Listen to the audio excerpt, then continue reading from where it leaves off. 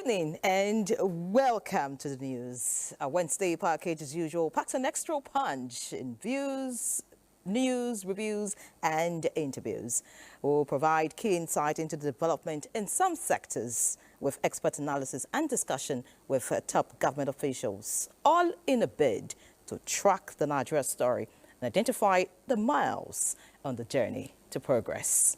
Tonight, Lagos Legacy Projects. Citizens commend the inauguration of key infrastructure to fast-track development in Nigeria's commercial nerve center.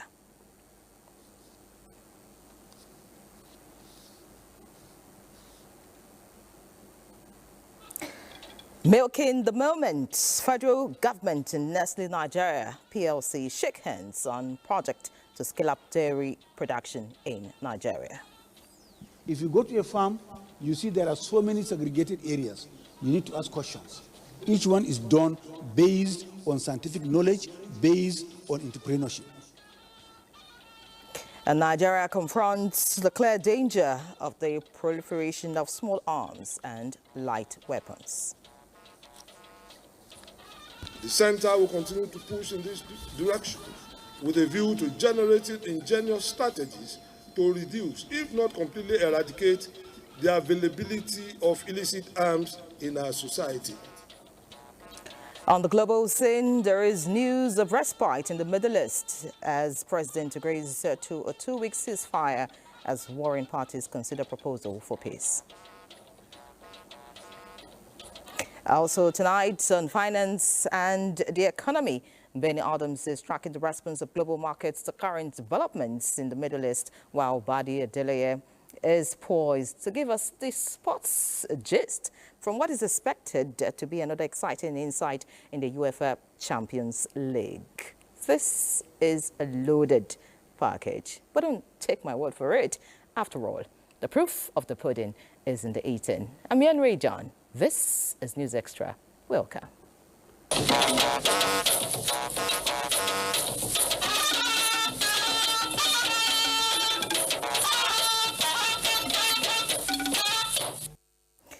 Let's set sail tonight as Lagos residents have expressed gratitude to Lagos State government for the construction of Okpebi Link Bridge, as it serves as an alternative route that also creates a direct link between strategic business centers in the metropolis.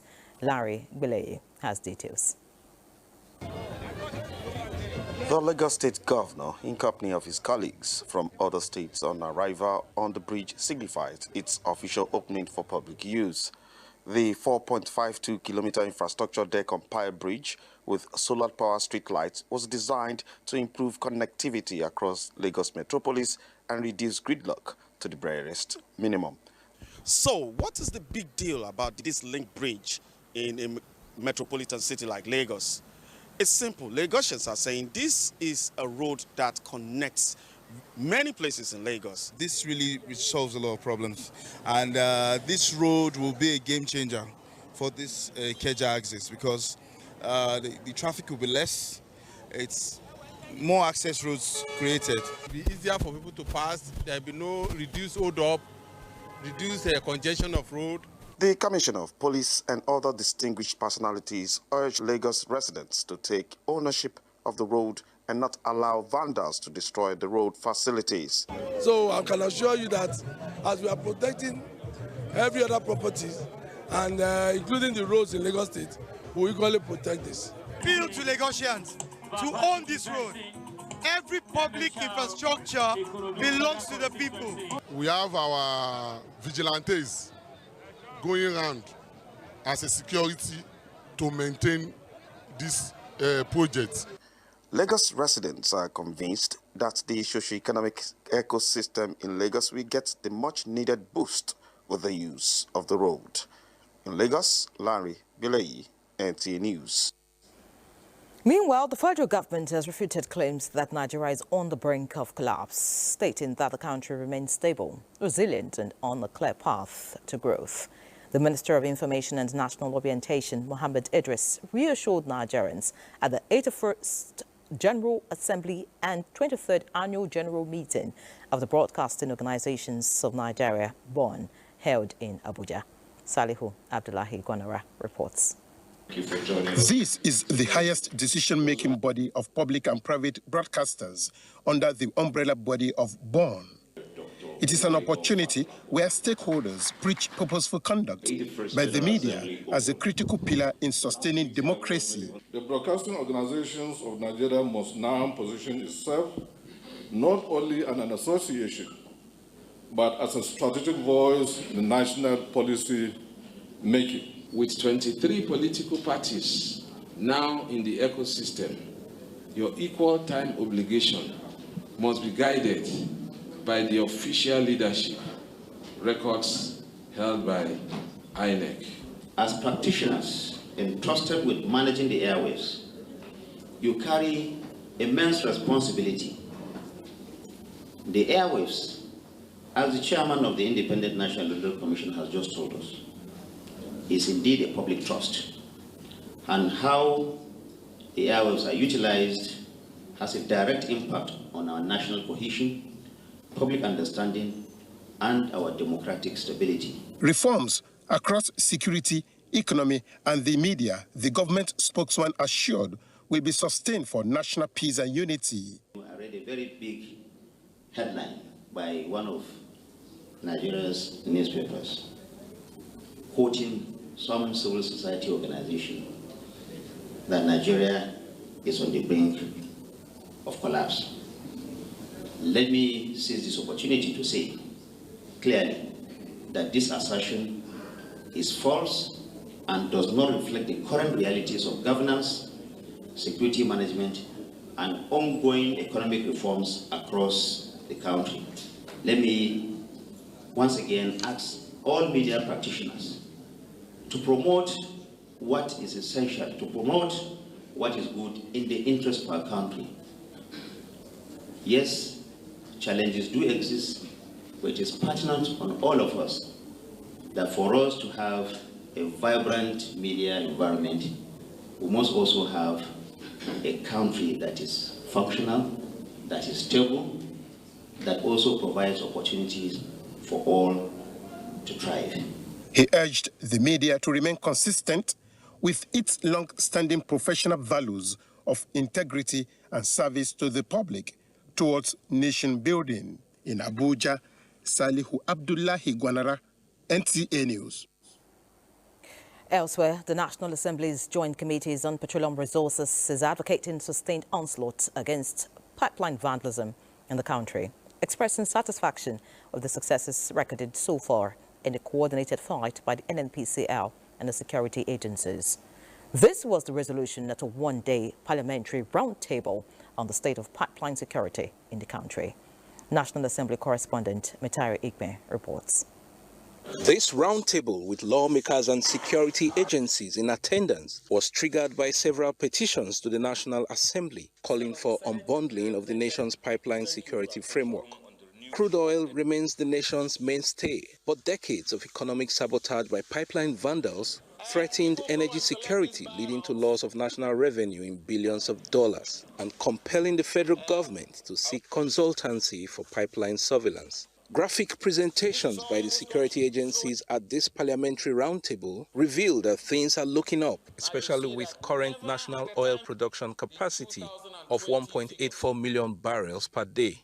The pipeline vandalism incidents have dropped by over 40% compared to what we had in the past years. Secondly, we have discovered and destroyed 60% more illegal refining sites. This success was not accidental. It was achieved by dismantling silos. We do not protect the asset from the people.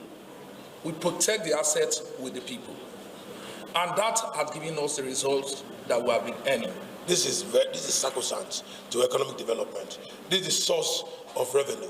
The Senate President asks for the collaboration of everyone. We have enacted and reviewed laws such as the Petroleum Production and Distribution Anti-Sabotage Act and other relevant statutes aimed at deterring pipeline vandalism.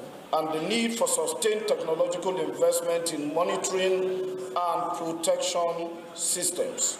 Following persistent absence of the petitioners seeking a decentralized pipeline security framework, the Joint Committee dismissed their petitions. urging the federal government to intensify the fight against crude oil theft. From the National Assembly, Mitaire Ikben, NTA News. Time for a break. There's more news when we return. Please stay with us. Thank you for staying tuned. Nigeria is ramping up efforts to boost local dairy production as the sector records steady progress in addressing long-standing gaps and inefficiencies, paving the way for a more resilient, productive and sustainable industry capable of meeting rising demand. This renewed drive is highlighted by the signing of a Memorandum of Understanding between the Federal Ministry of Livestock Development and Nestle Nigeria PLC for the establishment of a Dairy Technical Skills Development Center in Abuja. Yusuf Jika has all the details. Widening gap between local dairy production and rising demand, stakeholders have converged for a landmark event aimed at transforming Nigeria's dairy value chain. The Minister of Livestock Development, Idi Mukhtar Meha, says the country's economic future is closely tied to the livestock sector, noting that government is committed to creating a business-friendly environment that attracts and supports investors. We are closing that gap in terms of skill acquisition, practical hands-on experience. If you go to a farm, you see there are so many segregated areas. You need to ask questions. Each one is done based on scientific knowledge, based on entrepreneurship. According to him, the Memorandum of Understanding with Nestle to establish a Dairy Technical Skills Development Center will equip the industry with critical skills and drive a transition from traditional practices to a modern, sustainable dairy system, boosting food security, creating jobs, and stimulating economic growth. The center will enhance productivity, promote best practices, and improve hygienic standards across the dairy value chain. We import lots of dairy and we need to close this gap and become more of a local production in that. But from our side, we don't see it as just more farms, more cows.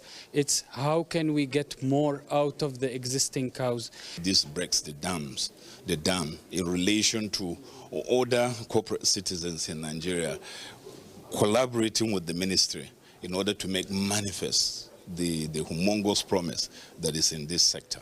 MOU between the ministry and the Nestle Nigeria PLC, Nigeria stands to gain more trained personnel in the modern dairy production and therefore upscale its local dairy production from over 650,000 litres to over 1.5 million litres annually. In Abuja, Yusuf Jika, NTA News. Many thanks, Yusuf. You did see the Minister of Livestock Development, Idi Mukhtar Meha, in that report, and we have him right here in our studio, ready for a conversation. Honourable Minister, it's a pleasure to have you on News Extra tonight. Thank you. All right, now tell us about that MOU with Nestle Nigeria PLC. What prospects does it hold for Nigeria? Thank you very much. Today we had a very historic day for us between the Federal Ministry of Livestock Development and Nestle Nigeria PLC. Since the creation of the ministry, and even before that, being personally involved in animal ranching in this country, we have recognized a large gap in terms of skill acquisition, practical hands-on experience in terms of in-farm management.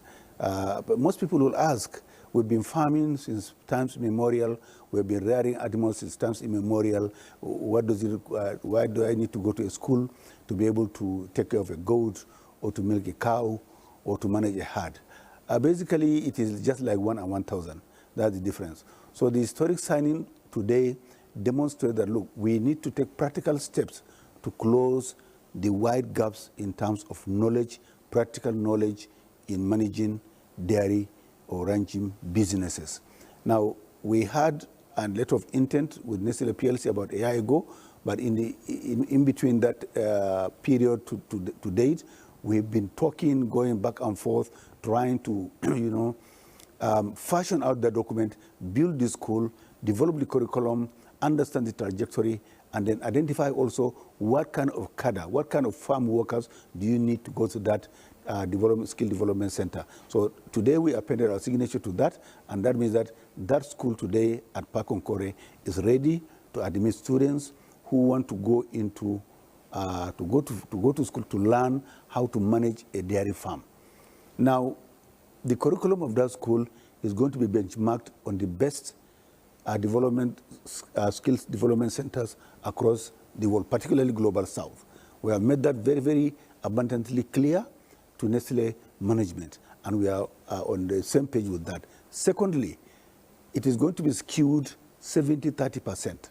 70% of the time students will spend in that school will be on practical, empirical farm experiences. 30% will be in classroom, because the classroom gives you an abstract idea about cows, about dairy cows, about milking, about milk, about milking machine, about fodder, about pasture. But once you go to the field, you practically see it, you get your hands and boots dirty, and you know it, you learn it by doing it. So that is the trajectory, and we believe that that school is coming to close that huge gap, and is going to admit students across the cadre, the doers on the farm, middle level, as well as farm managers. A farm needs to have a manager, the one that can now look at the business as a business. He look at the animal as an economic unit. He look at the cow as a cash cow, and actually transform that mama cow into an animal unit that is producing money, that is sustainably producing, making profit, and the farm overall is becoming profitable. That's what we do. So we have to look at it holistically, how to manage the farm economically. Great initiative, I must say, Honorable Minister. But I know you're doing quite a lot in the livestock industry. But tell us, what more should Nigerians expect, away from this MOU with Nestle Nigeria, and of course, some other projects that you have done in the past? Well, the Skill Development Center we have signed an MOU today is just one out of many that are coming up. Remember, this is just one school which is supposed to serve 235 million Nigerians. That is far, far, far from being sufficient. And therefore, we've started this as a pilot. We are studying how, again, to be able to multiply these schools all over the country, to make it available for those who want to come into dairy as a business, as a worker.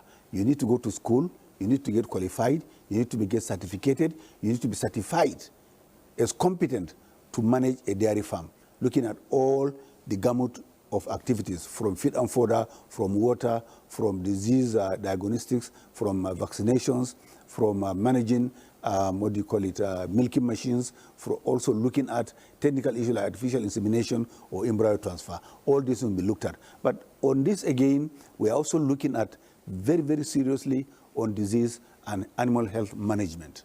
We are not unconscious of some out of the outbreaks we are having, like Newcastle, like avian influenza, like CBPP, like FMD. We are aware of all these things. Now we are developing national response strategies along each of these diseases. In fact, tomorrow we are going to now inaugurate one on CBPP. So we are conscious of all this, and we are very, very confident that going forward, one by one, we'll be able to single out these diseases, control them, and then get them out, eradicated out of this country, to improve our marketability in the global livestock market in terms of animal products, as well as particularly the red meat industry that we have been hoping, to arrive at and begin to sell Nigerian red meat on the global market. So these are some of the things we are doing. Nice. The livestock industry seems to be booming with you as the minister. But, speak to us about incentives, for players who would like to go into the livestock industry, or, those currently in the industry. Are there incentives or interventions to encourage them? The number one encouragement here, let me give you an example. Our annual milk consumption is 1.7 billion liters in this country. We are the largest market on the African continent. Locally, we are only able to make 600 to 700 million liters. The gap translated into $1.5 billion are being imported. There is nothing more incentivizing than any businessman who wants to capture $1.5 billion and domicile it in his pocket. That is the number one incentive. The ministry under this able government of President Bola Ahmed Tinubu is creating that necessary environment to make sure that Nigerians jump at this opportunity to get into local import substitution for dairy and dairy products, so that we can dent that figure of foreign exchange that we are sending out of this country. Secondly, we are ever ready to work along with anybody interested in getting into livestock business, right from the honeybee up to the camel. All right. Many thanks, Honourable Minister Idi Mukhtar Meha, for joining us on News Extra. Great work you're doing. Please keep up the good work, and of course, would love to have you some other time. Thank you for being on News Extra tonight. Thank you.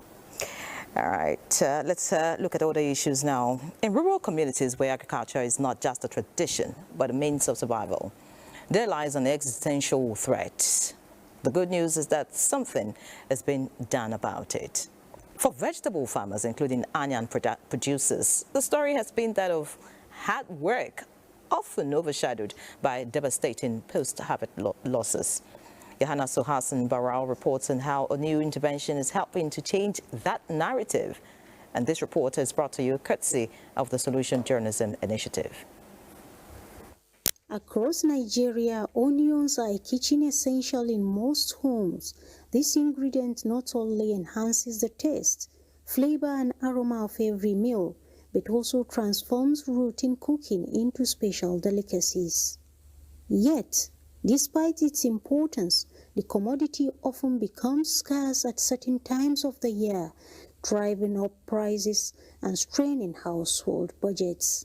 For many farmers, the real challenge lies not in growing onions, but preserving them. Here on this farm, Kabiru Sani looks over his field with pride after a bumper harvest. But like many farmers, the joy is often short-lived as he has faced repeated post-harvest losses due to poor storage facilities. 50 to 60% of our onions get spoiled due to lack of storage facilities. We want the government to buy from us and process, or even export, as it is done in other countries. To address this challenge, the Kano Agro-Pastoral Development Project has introduced solar-powered aerated storage facilities designed to extend the shelf life of onions and reduce post-harvest losses. So far, a total of 101 units of the facility have been installed, each with a capacity of 5 metric tons. For Isa Bunkure, this intervention is already making a difference. As a beneficiary of the facility, he now stores his produce in a controlled environment, preserving quality and reducing waste. Now the storage is in a modern way. 70 to 80% of the waste has reduced. With ongoing efforts to strengthen the agricultural value chain, solutions like this offer a practical solution to a long-standing problem. Every onion served after harvest not only improves farmers' income, but keeps this essential ingredient in homes and on tables at affordable prices, while the Kano Agro-Pastoral Development Project may just be one intervention. It is a vital step towards making meaningful difference to increasing the availability of onions for many families. We developed what we call work plan, and that work plan it's been developed based on the need assessment and the baseline study, which serves as a roadmap for us. So actually, we use that information at our disposal to tailor the interventions based on the unique and identified needs of a particular community in relation to the crop of intervention. And also the extension agents, they are being trained season by season on how to interface with farmers and also how to help the project cascade the needed information. We've visited only few of the beneficiaries looking at the time factor, but you could hear from them how their lives have transformed. For Kabiru and Isa, this initiative means more earnings and less waste for them and other farmers across the state. Johanna Sohasan Barao, NTA News. Meanwhile, Nigeria, through the Nigeria Commodity Exchange, is working to reposition its agricultural market by ensuring fair pricing, reducing post-harvest losses, improving storage, and linking farmers to better markets and financing. Maria Duzaka reports that the inauguration of a governing board is expected to strengthen these efforts and reposition the sector. This signals a renewed push to reform the country's commodity trading system and strengthen its role in driving non-oil exports. The board is expected to drive the formalization of commodity trade, enhance traceability from farm to export, and attract investment into critical infrastructure needed to support the system. Our goods continue to face rejection in key export markets because of the lack of traceability infrastructure that our competitors have long embedded. Strengthening regulatory framework, invest in infrastructure like certified warehouses and digital trading system. The Minister for Trade and Investment says the development is also seen as a step towards improving market access for farmers, boosting investor confidence, and strengthening the agricultural value chain. For a country where food security, market efficiency, and export expansion remain key priorities, stakeholders say the success of the new board will be key to achieving these goals. Maria Adu-Zakari, NTA News. Let's talk health now, as the federal government is committed to strengthening domestic health financing and expanding access to quality health care as part of efforts to improve population health outcomes. This is coming from the Minister of State for Health and Social Welfare, Dr. Isiaq Adekunle Salako. In this report, Oluseyi Adiagbo reviews the service's key performance indicators, progress recorded, existing challenges, and policy recommendations shaping the future of Nigeria's health sector. For years, gaps in infrastructure, manpower, and access to essential services have challenged healthcare delivery, but new national data now offers a clearer picture of progress, resilience, and the road still ahead. The National Health Facility Survey is led by the National Bureau of Statistics. As the National Bureau of Statistics, we continue to work with all government agencies and non-government agencies to continue to provide evidence-based data that will give informed decision. This latest version is a comprehensive evaluation measuring readiness, service delivery, and progress across health facilities in the country. In terms of closing the gaps, one of the key elements is how to ensure that we mobilize more domestic resources. Of course, we're also leveraging on technology. The recommendation is mainly for policy makers to make use of the document in whatever interventions that they want to use, and also for researchers to use it mainly as a baseline. As Nigeria charts its path toward universal health coverage, the findings of this survey serve as both a mirror and a roadmap, reflecting how far the nation has come. In Abuja, Oluseyi Adiagbo, NTA News. Meanwhile, with the inauguration of a new factory by Sam Pharmaceutical Limited in Ota, Ogun State, the Presidential Initiative for Unlocking the Healthcare Value Chain, PVAC, has achieved a major milestone in Nigeria's drive to strengthen local healthcare manufacturing. The National Coordinator, PVAC, Dr. Abdul Mukhtar, at the inauguration, notes that it is the first of about 12 new healthcare manufacturing projects slated for launch this year, as he appreciates President Bola Tinubu and the Coordinating Minister of Health for their leadership and commitment to positioning Nigeria for greater self-sufficiency in pharmaceutical production. The newly inaugurated world-class facility is equipped with advanced technology to produce up to 40 million tablets annually, alongside millions of liquid syrups targeting common diseases in Nigeria. Facilities and equipment is going to produce about 40 million tablets alone, and several millions of liters of liquid syrups for different common diseases here in Nigeria. It's a testament again that with the right policies has been put by His Excellency President Bola Tinubu's government, that is championed by the Honorable Coordinating Minister of Health, that only the sky can be the limit. Let's head to Kano now. Kano State government has announced plans to overhaul all water treatment plants as part of broader efforts to end persistent water scarcity in the commercial city. Governor Abba Kabir Yusuf disclosed this during an assessment visit to one of the treatment facilities in Tamburawa. Abdullahi Mustafa has the details. With an installed capacity of 150 million litres per day, the Tamburawa water treatment plant remains one of the major sources of potable water supply in Kano. However, the facility is currently operating at less than half of its capacity, affecting areas under its coverage.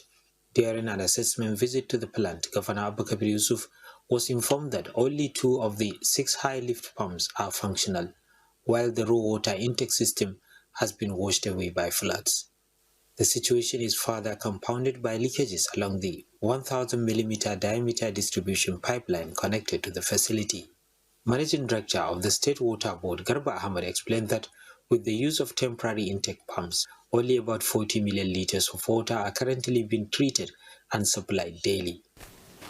This is unfortunate, and we must be able to address this issue squarely so that once and for all, by the grace of Allah, the issue of water scarcity to the best of our ability will be addressed in Kano. Governor Yusuf announced the engagement of a Chinese firm to conduct a comprehensive assessment of the plant with a view to providing a lasting solution. In Kano, Abdullahi Mustafa, NTA News. And from Kano, we head to Lagos, established in 1981 by Alhaji Latif Jakonde, the first civilian governor of Lagos. Tolu Schools Complex, situated in the heart of Ajegunle, Apapa, is a citadel of learning that has become a melting point for various ethnic groups in Lagos. Reputed as the largest school complex in Africa, housing a total of 36 schools, Tolu Schools Complex is now a cynosure of all eyes, courtesy of the state government.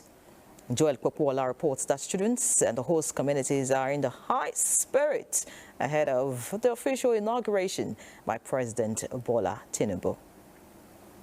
The redeveloped Tolu Schools Complex is a cluster of schools which has become a major landmark in Ajegunle, with most residents of the area having at least a family member in one of the schools. Before the intervention of the Babajide Sanwo-Olu administration, the structures were in various states of disrepair. But now that narrative has changed, with teaching and learning taking place in a conducive atmosphere. I am in SS1A here in Olodia Papa Senior High School.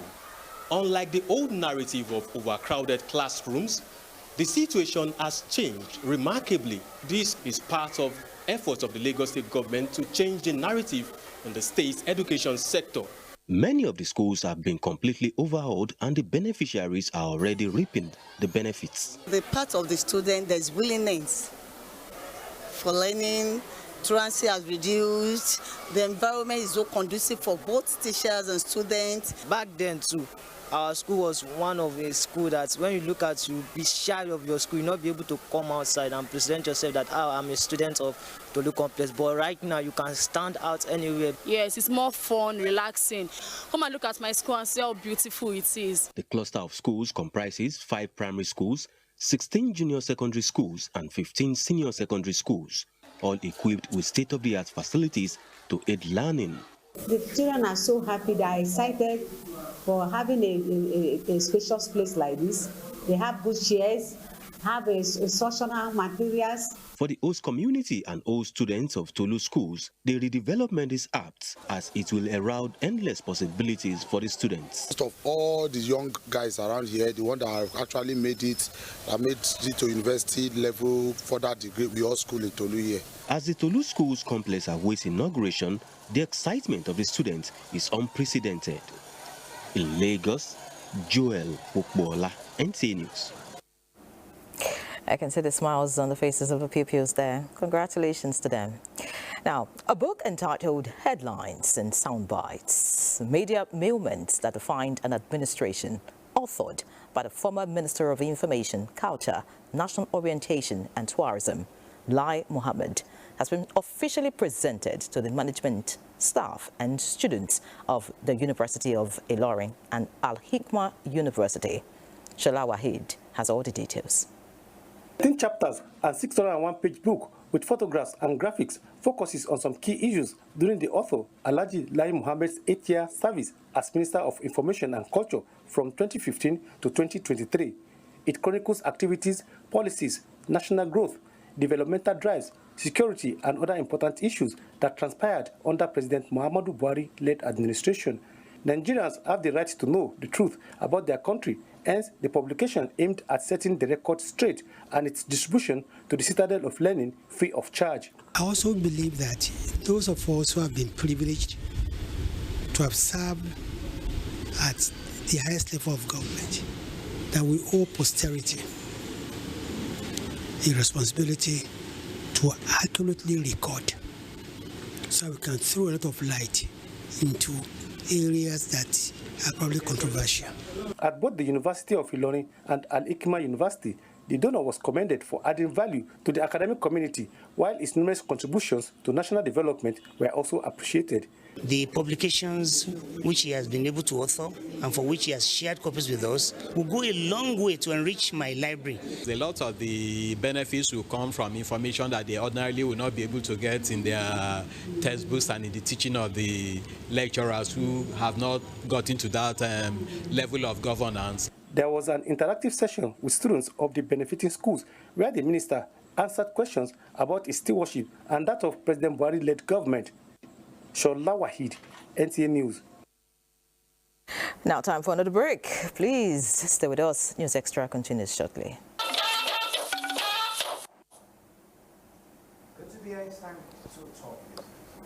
United States and Iran have agreed to a 2-week ceasefire ahead of planned negotiations in Pakistan. Economic experts say investors are willing to go all in on the ceasefire hopes, and some say it will take time for prices on the pump to get back to pre-war levels as production infrastructure has also been affected. It reopens, and if shipping resumes even towards, pre-conflict levels, the oil that's moving is oil that's on the water. That's oil that's already been produced. What still needs to happen would be a resumption of pre-war levels of production. And it's going to take some time, could take quite a bit of time, given that some fair bit of infrastructure, including refining infrastructure, has been knocked out. We need to see continuation of these efforts. The ceasefire needs to work and to be extended. It can't just last for 2 weeks for this to be continued. And actually, I think if we continue to see, if we don't hear any positive news, then that could become a little bit problematic for this rally to continue. And that's probably why the oil price isn't back at the levels it was before the war was announced, Now, still on the global scene, the World Bank Group latest Africa Economic Update has revised downwards its 2026 growth projections for sub-Saharan Africa by 0.3 percentage points from its October 2025 estimates. This is as economic growth in Africa is stuck at 4.1%, the same as last year, but things are getting riskier. Issues like Middle East tensions, heavy debt, and old internal problems are making it hard for the region to speed up and create jobs. Prices of fuel, food, and fertilizer are climbing, which, along with high interest rates, is expected to push inflation to 4.8% in 2026. This will hit the poorest families the hardest, with 620 million people joining the workforce by 2050. The region needs a serious shift. The report says the focus must move to private sector growth and smart industrial policies that help countries produce higher value goods and create more stable jobs. Looking at the stock market back in Nigeria, it was a bit of a slow day on the Nigerian exchange. Trading volume dropped by 13%, with investors moving 1.006 billion shares worth 40.5 billion naira across 52,516 deals, which were also down 32%. The total market value now sits at 130.4 trillion naira. Out of the 133 companies that traded, the bears took control, 33 stocks fell, while only 22 managed to record some gain. Universal Insurance was the star performer, hitting a 10% gain to close at 1 naira 21 kobo. UPDC rate had a rough session, crashing 10% to finish at 6 naira 75 kobo. Access Holdings saw the most action, topping the charts with 233 million shares traded. That's it on business at this time. Ray, it's nice doing business with you, but I'm waiting for you in the capital market. Do some investment there, please. Well, thanks, Benny. Also waiting for the capital to do that. All right, now the tracking and implementation of presidential priorities and ministerial deliverables will be carried out with all that is needed to achieve the desired results. This was the message of the Director General of the Nigerian Television Authority, Salihu Abdulhamid Dembos, to the 2026 first quarter hand-holding session of members of the Information and National Orientation Sector Delivery Task Team on the implementation of presidential priorities and ministerial deliverables. Haman Jabani reports.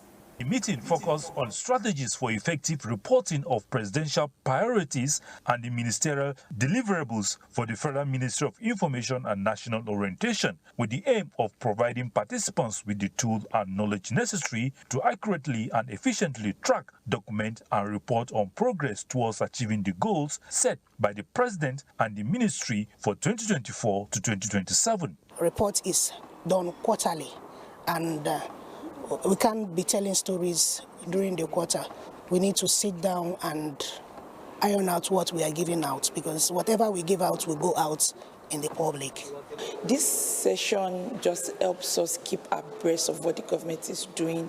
Everybody's better informed and everybody knows what they are doing to achieve the bigger mandate of the government. The Director General, Nigerian Television Authority, Salihu Abdulhamid Dembos, who was represented, said the authority has created opportunities and will not relent in its efforts. The NTO commitment, it is way beyond the expectation. NTA is ready, and NTA has provided level playing ground for the success of this CRDCU, so we are always ready. Because we are in this together, we need to make the grassroots understand what this present administration is doing in terms of bringing the dividends of democracy to the people, by ensuring that when we come and ask for content in form of special reports, current affairs programs, where we need input from the ministers, heads of agencies, to tell us what this administration is doing, they should oblige us. In NTA, for instance, we have a particular program called Reshaping Democracy that has been created to track what the government is doing. The session noted that the performance of the Ministry of Information and National Orientation has significantly improved when compared to previous years, reflecting greater efficiency, stronger coordination, and a more strategic approach to its mandate. We try to track all activities that are taking place that have been done by the government, and we inform the people. We enlighten them that this is what the government is doing, and we try to get their feedbacks also to take it back to the government, so that if there is a room for improvement, the government will do that. Participants at the technical session underscores the need for MDAs to constantly provide up-to-date information, project reports, policy updates, and performance data to the ministry. NTA will continue to stand tall in national development by ensuring that government initiatives are understood, appreciated, and supported by citizens. Haman Jabani, NTA News. Well said, Haman. Indeed, I agree with you. Now, in what could be described as strategic political maneuver, the leadership of the Tanimu Turaki-led faction of the People's Democratic Party, accompanied by Governor Seyi Makinde of Oyo State, has met with the David Mark-led National Working Committee of the African Democratic Congress, including former Vice President Atiku Abubakar. Timothy Yusuf also reports that earlier, some leaders and supporters of the African Democratic Congress thronged the headquarters of the Independent National Electoral Commission in Abuja to protest the Commission's alleged interference in the party's leadership dispute. It's a closed-door meeting between the David Mark-led ADC National Working Committee, some of its leaders, which include former Vice President Atiku Abubakar, former Governor of Anambra State Peter Obi, former Governor of Kano State Rabiu Musa Kwankwaso, and the Turaki-led NWC of the PDP, accompanied by Governor Seyi Makinde of Oyo State and other leaders. The resolution of the meeting was delivered thereafter. We're on a solidarity visit. We've seen what has been happening within the political space, the court, and the protest today. So we came to show solidarity and to commit to a clean, democratic space. In another development, former Vice President Atiku Abubakar, former Kano State Governor Rabiu Kwankwaso, former Sokoto State Governor Aminu Tambuwal, former Rivers State Governor Rotimi Amechi, and former Osun State Governor Rauf Aregbesola led the protest to the INEC headquarters over what they described as the Commission's alleged interference in the party's leadership dispute. Timothy Yusuf, NTA News. Away from politics now, but looking at the 2027 general elections, members of the fourth estate of the realm are demanding safety on the line of duty and better welfare package for anticipated professional service delivery to the country. Doris Akumoye brings us details. Media work, no doubt, is a demanding task, especially journalism practice, like that of the security operatives in most cases. So, navigating through this hazardous working condition, even with poor salary and welfare package, has not been easy with the economic realities of the time. Now, as professionals, wage service is critical to the socio-economic development of the people. Practitioners are saying there is urgent need for the government to be concerned about the welfare package, especially as the electioneering process begins. Journalists going out for your daily job of news hunting, you are on your own. Whatever happens, happens. Because whatever happens, they try to even blame the journalist for carrying out his or her daily duties. Journalists, for media workers, it is enshrined in the Nigerian Constitution as the fourth estate of the fourth estate of the realm and as watchdog of the society. So we have the powers to go and do what we do. Stakeholders are demanding life insurance for journalists, legislation to protect journalists in the line of duty, and special funds for families in case of eventuality. Issues of harassment, threats to life, and sometimes, especially the riverine areas, our journalists, our colleagues, some of them just die, and there is nothing. The families just stay there, no backup, no matter what happened to them. The kind of insurance for journalists in order to protect the families. Ahead of the 2027 elections and campaigns within the later part of the year, practitioners have called on the Nigerian Union of Journalists leadership to be alive to their responsibility and protect their members from external attacks. They, however, highlight the need for synergy with security agencies to protect these field workers and adherence to professional ethics by journalists across board. In Yenagoa, Doris Akumoye, NTA News. Similarly, as Nigeria prepares for the 2027 general elections, attention is not only on political actors and security agencies, but also on a group of influential figures whose voices resonate deeply with the people: traditional and religious leaders. In Bayelsa State, these community pillars are suing for peace, unity and tolerance in a bid to ensure that elections are decided by the ballot and not by violence. Correspondent Ifeoma Ahoje x-rays the critical role of these key stakeholders in shaping a peaceful, democratic process. In many communities across Nigeria, especially in Bayelsa State, the voices of traditional rulers and religious leaders often outweigh political campaigns. As custodians of culture and moral authority, they are turned to in times of tension. During elections, when rivalries can escalate, they step in as mediators, urging peace over provocation. During elections at all levels and always, we condemn violence in all forms. Therefore, we are going to continue to propagate the message of peace and non-violence. We have to come together and see how we can talk to our different congregants. Let them know why it is important to have an election without bitterness. Traditional rulers are also using their authority to calm tensions, resolving disputes and warning against violence. Election without bitterness is something we should carry home.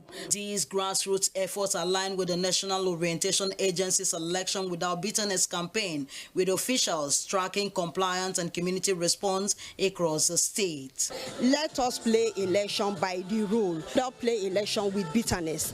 In Bayelsa, the drive for peaceful elections is gaining ground within communities where tradition and faith still hold strong influence. The question remains, will these voices be loud enough to drown out political violence ahead of 2027? Those who are submitting PVCs now, just stop doing that. You, as a citizen of this country, you are not helping the country. From the government side, please let them come to our aid. Let them help and provide good jobs for the children so that at the end of the day, they will not just walk to election ground, collect money for just money's sake, and do what they are not supposed to do. As the countdown to 2027 general elections continue in Nigeria, the roles of traditional rulers and religious leaders may well determine whether democracy in the country will be shaped by division or unity. In Yanagua, Ifoma Ihoji, NTN News. Doris, we want unity, not division. And as conversations around youth inclusion gain global attention, young Nigerians are being brought into the center of dialogue on development and opportunities. Correspondent Ibrahim Dan Hamidu was at the engagement forum in Abuja and brings us details. The engagement brought together young people and United Nations leadership to explore pathways for greater inclusion in national and global decision-making. We cannot sit down and say that youth are not being included currently with what's happening in Nigeria. At the heart of the discussions is the need to move beyond conversations towards creating access to opportunities that empower young people to contribute meaningfully to development. Youths like me are like walking currencies, sustainable entities, young, vibrant, talented, goal-oriented. Participants highlighted the importance of education, innovation, and policy support in unlocking the potential of Nigeria's growing youth population. I have seen that young people are not disengaged. We are observing, we are questioning, we are building in ways that are not always visible to institutions. United Nations officials reaffirmed their commitment to supporting youth-focused initiatives, emphasizing that inclusion remains key to sustainable development. I think institutions are not changing at the speed they need to change to adapt to times that are very different. Times that are different because young people now constitute big majority of many countries, especially in developing countries. So this is the largest generation ever of youth globally, but also in Nigeria. Beside dialogue, Nigerian youths are seeking real opportunities to shape their future and contribute to national growth. The real measure now will be how these engagements translate into tangible outcomes for young people across the country. In Abuja, Ibrahim Hamidu, NTA News. Let's now bring you our first story as it is at the beginning of the bulletin. States across the country will continue to receive support to achieve rapid developments that will impact positively in the lives of citizens in line with the renewed hope agenda of the federal government. President Bola Tinubu stated this after inaugurating legacy projects completed by Governor Babajide Sanwo-Olu in Lagos. Musa Toliat completes the report. Then Bola Tinubu, who was represented by the Senate President Godswill Akpabio, says the inaugurated 5.04-kilometer Okpebi-Mende-Ojota link bridge is a testament to the sustainable continuity in good governance across the state. The inauguration of this multi-agency complex has come as an intervention, not just to bring the agencies together for seamless operations and activities of government, but to give people that opportunity to move closer to the government through these agencies, and they can do business with government seamlessly across the metropolis. The multi-agency complex, which brings agencies of government together under one roof with a view to achieving improved service delivery in public service, was also inaugurated. When traffic improves, productivity also improves. When time is saved, businesses grow. When access is made easier, life also gets better. Asiwaju Bola Ahmed Tinubu says that the projects we are seeing send very clear message that we will not be overwhelmed by the challenges of growth that we see in Lagos. Instead, we will solve those challenges and overcome them. So we identify 3 challenges that face our state and its people, and we respond with practical, well thought out solutions, which is what is guiding our Tips Plus agenda. And this fits very well, Your Excellency, with your renewed hope agenda. Very importantly also, we follow through to completion, because we understand that the true measure of governance is not just in plans or ambition, but instead in clear results and measurable outcomes.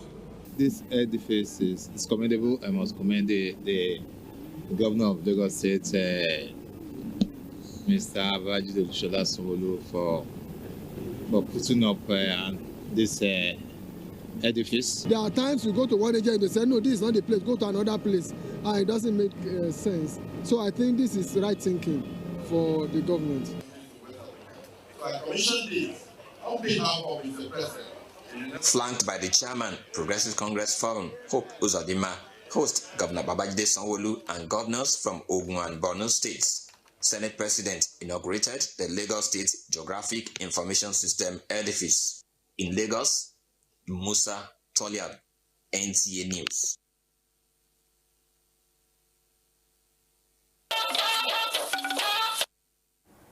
Welcome back. Let's look at security matters now, as the proliferation of small arms and light weapons remains a major threat to Nigeria's internal security. The challenge tends to amplify terrorism, banditry, communal clashes and secessionist agitations, thereby truncating socio-economic activities in different parts of the country.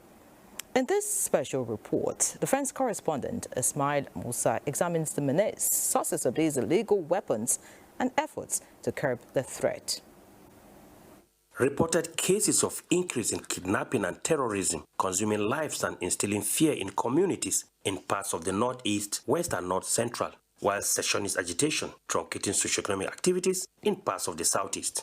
These decade-long criminal activities are said to be fueled by accessibility to illegal arms. Individually, there is a desire for self-protection, and collectively there is also a desire for self-protection outside the realm of official arrangement, outside the realm of government security agencies' actions to curb these insecurities. Security experts estimate that more than 8 million small arms are in circulation in Nigeria. The chunk are in the hands of non-state actors. Across Africa, the figure is believed to exceed 40 million weapons, making the continent one of the most affected by illicit arms. The proliferation of illicit arms in Nigeria can be traced to porous borders, ineffective arms control, and regional conflict, particularly the post-Gaddafi era in Libya. Illegal local fabrication produces crude but functional firearms that are sold in black markets. As part of strategic efforts to combat this challenge, Nigeria established the National Center for the Control of Small Arms and Light Weapons, responsible for coordinating national efforts to regulate and track illegal arms. Established in 2021, the center has in phases coordinated the seizure and destruction of thousands of arms.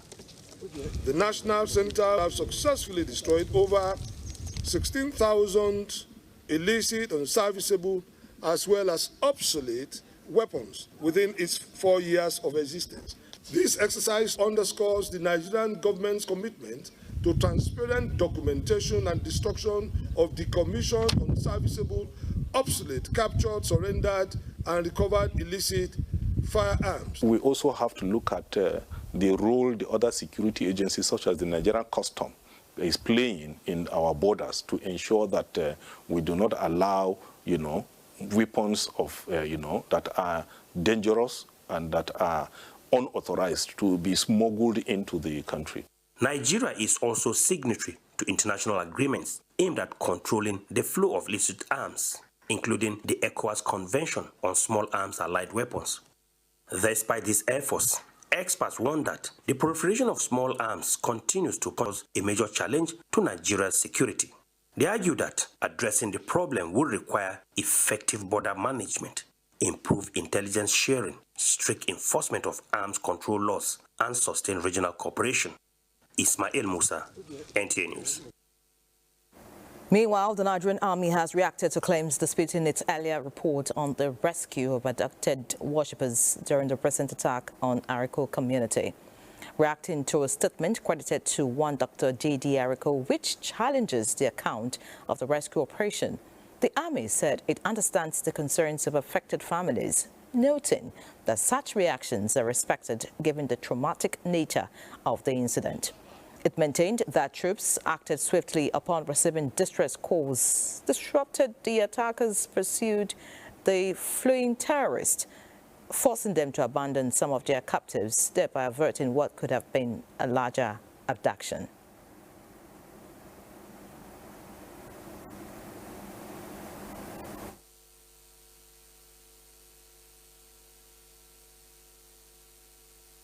I called the youth leader. He's the first person that came meet me. I called him. I told him, where is the vigilante in this place? He said, they are here. I said, let them come out. When they came out, I told them to give me cover so that I'm going to the bush to check if there is anything. I will just let him know. So when I went, I saw some people inside the bush. I started calling them, let them come out. The soldiers that are here, we are here for them, let them come out. So we gathered plenty of people, carry them, come back to the church, and I asked the youth leader if there is any corpse. He said there is. I tell him to let him go and bring the corpse. So we bring almost 40 to 35 people. The Army headquarters confirms that 31 victims were rescued during the operation, while efforts are continuing to track down and recover others taken into the forest. Still talking security matters, the Inspector General of Police, Tunji Disu, has reaffirmed the critical role of community-led intelligence in internal security. The IGP stated this when he engaged members of the Police Community Relations Committee, PCRC, in Abuja. Francis Fong reports. This is the maiden meeting between the Inspector General of Police and the Police Community Relations Committee. IGP Disu commended the PCRC for decades of unwavering support to the Nigeria Police Force, describing members of the committee as a silent pillar of national security. And most importantly, we gather a lot of intelligence from you. You assist us a lot. I want you to know that we are going to cooperate with you. We have mentioned your issue even in our management meeting. We talked about the issue of ensuring that every commissioner of police, every TPO, every area commander recognizes you. We repair 3 vehicles from the first PRO department without calling on any state command to join hand with us. We introduce different national units to work with us, professional bodies. We will not let you down. We will continue to support you, support the Nigeria Police.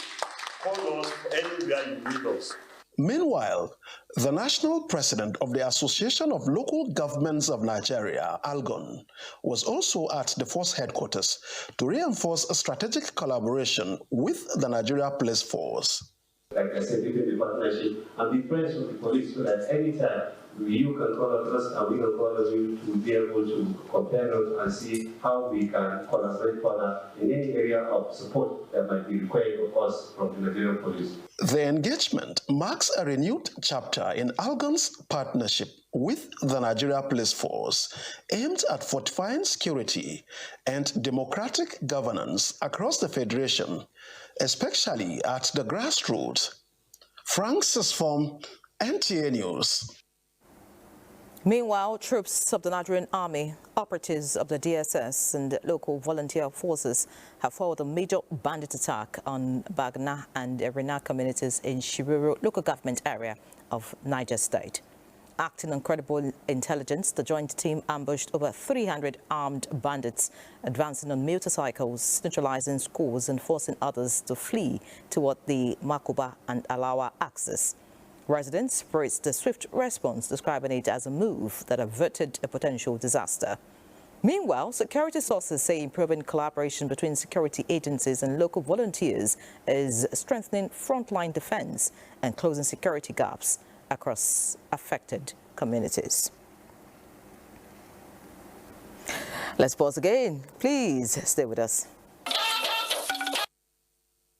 Thank you for remaining with us. Now time to look at developments in other parts of the world, and Francis Udojo will take us on this flight. Those visitors moving through exhibition halls and pavilions, engaging with digital innovations, vehicle displays and startup showcases, while officials and industry figures lead panel discussions. Morocco's Minister Delegate for Digital Transition and Administrative Reform, Amal Al-Falah, said the event offers local startups direct access to global investors and a platform to present projects focused on artificial intelligence and digitalization. The minister further revealed that the exhibition hosts over 150,000 participants, along with 400 investors and $350 billion in active capital. An official of Nigeria's Ministry of Communication said the country participating for the second time, with 20 companies represented. Meanwhile, a row has erupted after Nigel Farage's party, Reform UK, unveiled plans to refuse visas to nationals from countries pursuing compensation for the transatlantic slave trade, drawing sharp criticism from Caribbean leaders. The proposal, as announced, will target states advocating reparations, including members of the Commonwealth such as Ghana, Nigeria, and Jamaica. However, the reaction from regional bodies was swift. Caribbean Community, alongside the African Union and several Latin American nations, maintained that reparations are necessary not only for historical accountability, but also to address enduring inequalities linked to slavery. Francis Dojo, NT News. Many thanks, Francis, for that trip to other parts of the world. Now time to see what's happening in the world of sports, and Badi is our guide. Badi, over to you. Many thanks, Yara. Let's begin with golf. Ahead of the 2026 All Africa Challenge Trophy, set for November 1 to 7 at the Abuja International Golf and Country Club in Abuja. The Ladies Golf Association of Nigeria is engaging key stakeholders to boost support, with the latest being a visit to former Nigeria Golf Federation Vice President Onwasam Ayemele. Ayemele, also an ambassador of the tournament, fulfilled his 10 million naira pledge and described the event as a chance to enhance Nigeria's global image. For them to struggle to get it is not a mean feat. Our women are trying to develop golf in the country, so I feel proud of them. And we're so happy at least today that we have gotten the money, and which will help us kickstart our programs. Let's talk football now, as preparations for the 2026 National Schools Football Championship are gathering pace, with organizers reporting a surge in registrations ahead of the nationwide tournament. Strict eligibility measures, including biometric verification, are set to be in place to ensure fairness, with the championship serving as a platform to identify young talents for Nigeria's youth systems, with the scouts and coaches expected to monitor standout players. The competition, backed by the NFF and NAPS, will kick off in May across 36 states and the FCT before culminating in a grand finale in Abuja come June. Now, defending champions Nigeria will headline the return of the Unity Cup as the tournament makes a historic comeback to South London from May 26 to 30. Nigeria begins their campaign with a high-stakes semi-final clash against Zimbabwe on May 26, and if they win, they will face the winner of the game between Jamaica and India on May the 30th.